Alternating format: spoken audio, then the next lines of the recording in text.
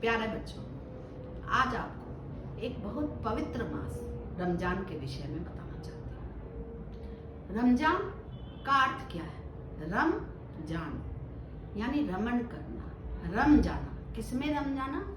जान यानी प्राण में रम जाना, यानी प्राण का संयम रमजान है। प्राणों का संयम हम कैसे कर सकते हैं? इंद्रिय संयम, विचार संयम, अर्थ संयम, समय संयम, ये 4 संयम मनुष्य के जीवन में होने चाहिए। इंद्रिय संयम यानी विभिन्न इंद्रियां हमारे अंदर की हैं, 10 इंद्रियां हैं, ज्ञानेंद्रिय हैं 5 और 5 कर्मेंद्रिय हैं। इन 10 इंद्रियों का संयम बहुत जरूरी है। विचार संयम यानी कि रमजान के महीने में अगर हम विचारों का संयम करना शुरू कर दें तो रमजान के बाद भी हम विचार संयम में रहेंगे। विचार संयम का अर्थ है कि अच्छे विचार, सुंदर विचार, सकारात्मक विचार हमारे जीवन में होने चाहिए। इसे संयम कहते हैं विचारों का। अगर विचार सुंदर हो गए तो हम आगे भी अच्छे अच्छे कार्य करेंगे, क्योंकि हम सभी जानते हैं कि मनुष्य कोई भी कर्म करता है तो विचारों से। अगर मकान बनाता है तो उसने विचार कर लिया कि हमें मकान बनाना है, और वही विचार उसके कर्म में झलकने लगते हैं। वह परिश्रम करता है और मकान अंततः वह बना लेता है। तो मकान बनाने से क्या होता है? धूप और गर्मी सब चीज से छुटकारा मिल जाता है, वर्षा से छुटकारा मिल जाता है, तो मकान आवश्यक है। ठीक उसी तरह अपने मन में विचारों का संयम आवश्यक है। अगर विचारों का संयम हमने कर लिया तो क्या हो गया? दुर्विचारों से, कुविचारों से, कुसंस्कारों से हमें छुटकारा मिल गया, यानी कि गलत बातें हमारे अंदर नहीं आएंगी। ये विचार का संयम है। और बार बार मन में बहुत तरह के विचार आते हैं, तो बस संयम ये करना है कि अपने विचारों को अनुशासित करना है कि हमारे अंदर अगर गलत विचार आते हैं तो हम उसे देखें और उन्हें उसी समय बाहर का रास्ता दिखा दें, अपने मन के अंदर नहीं डालें। तो ये है विचार संयम। तीसरा है अर्थ संयम। अब देखिए, अर्थ संयम क्या हुआ कि हमारे पास जो भी धन है वह संयमित होना चाहिए, वह नियमित होना चाहिए, उस पर हमारा नियंत्रण होना चाहिए। ऐसा नहीं है कि बहुत ज्यादा अर्थ है तो हम गलत कार्य करते हैं। आपने देखा होगा बहुत सारे रईसजादों को, या अर्थ है ज्यादा तो कुछ भी कर रहे हैं, मोटरसाइकिल से यहाँ से वहां घूमेंगे, शराब पार्टी में जाएंगे, बहुत गलत गलत काम करते हैं। तो धन का संयम बहुत जरूरी है। इसी धन के संयम के लिए शायद दान की व्यवस्था की गई है कि दान हमें देना चाहिए। रमजान के महीने में दिया गया दान सीधे अल्लाह तक पहुंचता है, और वह पवित्र कर्म अगर हम करते हैं तो हम उससे आगे बढ़ पाते हैं। क्योंकि दान के लिए कहा गया है कि गौरवम प्राप्यते दानात्, यानी कि दान देने से गौरव बढ़ता है। अगर हम दान करते हैं तो क्या होता है कि हमारी प्रतिष्ठा भी बढ़ती है, हमारा सम्मान भी बढ़ता है, और आत्म कल्याण भी हो जाता है,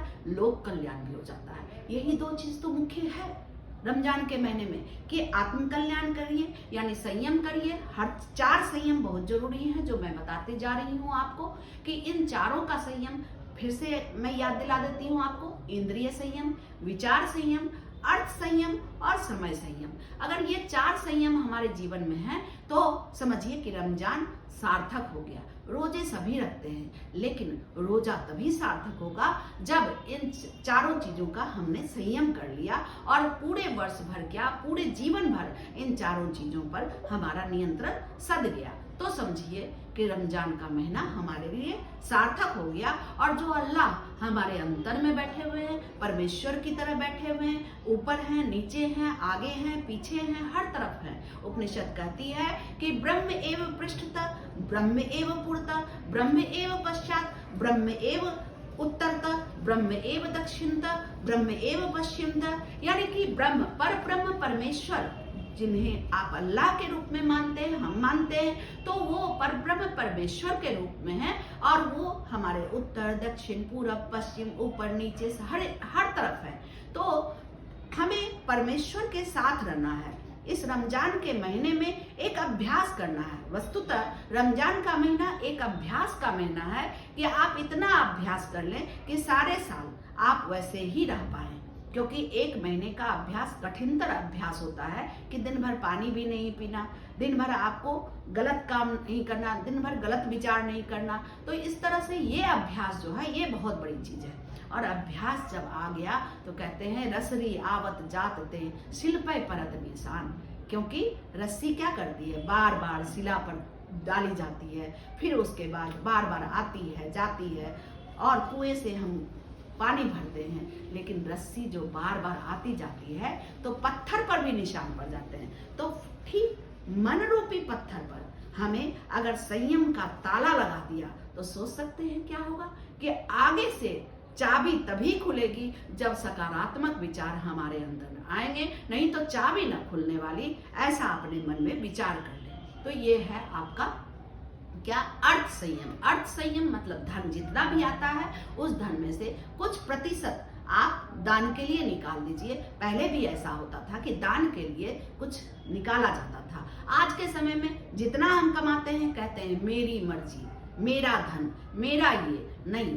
धन ना तो आपका है ना हमारा है, धन है ईश्वर का, और ईश्वर का धन ईश्वरीय कार्यों में हमें जरूर खर्च करना चाहिए, क्योंकि ईश्वर धन नहीं कमाते, ईश्वर धन हमें देते हैं। तो हमें ईश्वर का धन ईश्वर के कार्य में अवश्य लगाना चाहिए, और दान जो है ईश्वरीय कार्य है। अब आते हैं हम समय संयम पर। समय संयम यानी कि समय का संयम बहुत जरूरी है। जैसे आप लोग शहरी करते हैं और उस समय जिस समय शहरी होता है उसी समय खाते हैं, तो इसका मतलब है समय संयम। समय अगर बीत गया तो आपका शहरी का समय भी बीत गया, फिर दिन भर भूखे तो रहना ही है, प्यासे भी रहना है। अगर शहरी कर लेते हैं तो मन में एक भरोसा रहता है कि चलो कुछ तो खा लिया है। तो समय का संयम बहुत जरूरी है। अगर हमने समय का संयम कर लिया तो समझिए कि कभी भी हम हारेंगे नहीं जीवन में, क्योंकि जिसने समय को साध लिया उसने सब कुछ साध लिया। यही तो है महाकाल, कि जिसने काल को साध लिया वह है महाकाल।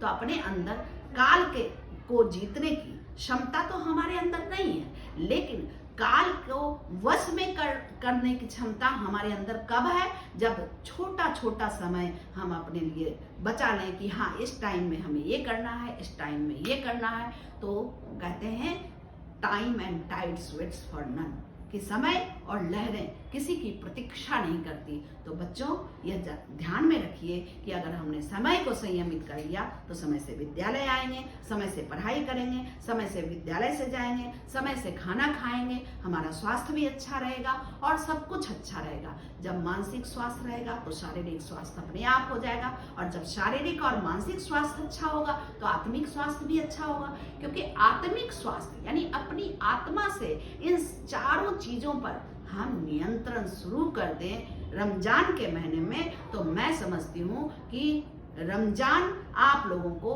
वास्तव में अपने प्राण में रमन करने की कला सिखा देगा। यही है रमजान। और इस रमजान पर एक छोटी सी कहानी जरूर बताऊंगी, क्योंकि यह रमजान अल्लाह से जुड़ा हुआ है, पैगंबर मोहम्मद से जुड़ा हुआ है, और पैगंबर मोहम्मद बहुत बड़े दानवीर थे। एक बार रात में वो सो रहे थे और उनको नींद नहीं आ रही थी, तो उन्होंने अपनी पत्नी से कहा कि बेगम क्या आपने कुछ बचा करके रख लिया है क्या? तो उन्होंने कहा कि आपकी तबीयत खराब थी, इसलिए हमने 4 दिनार जो है बचा करके रख दिए हैं। उन्होंने कहा इसलिए तो मुझे नींद नहीं आ रही है, क्योंकि अल्लाह की चीज है और अल्लाह की चीज अल्लाह के काम में खर्च होनी चाहिए। दूसरे दिन के लिए क्या सोचना, वो तो अल्लाह सोचेंगे। तुम जाओ अभी किवाड़ खोलो, सामने कोई फकीर खड़े हैं, उनको यह दे दो। और जब वह खोली तो उन फकीर को बस 4 दिनार की ही जरूरत थी, और वो 4 दिनार उनकी पत्नी ने उनको दे दिया। उसके बाद हजरत मोहम्मद आराम से सोए। तो ये कहानी हमें यह बताती है कि हमें दान करना चाहिए, दान सीखना चाहिए। अगर आप मोहम्मद साहब को मानते हैं तो मोहम्मद साहब के अनुसार चलिए और मोहम्मद साहब को अपने जीवन में उतारिए, तभी रमजान का महीना आपके लिए सार्थक हो पाएगा। धन्यवाद।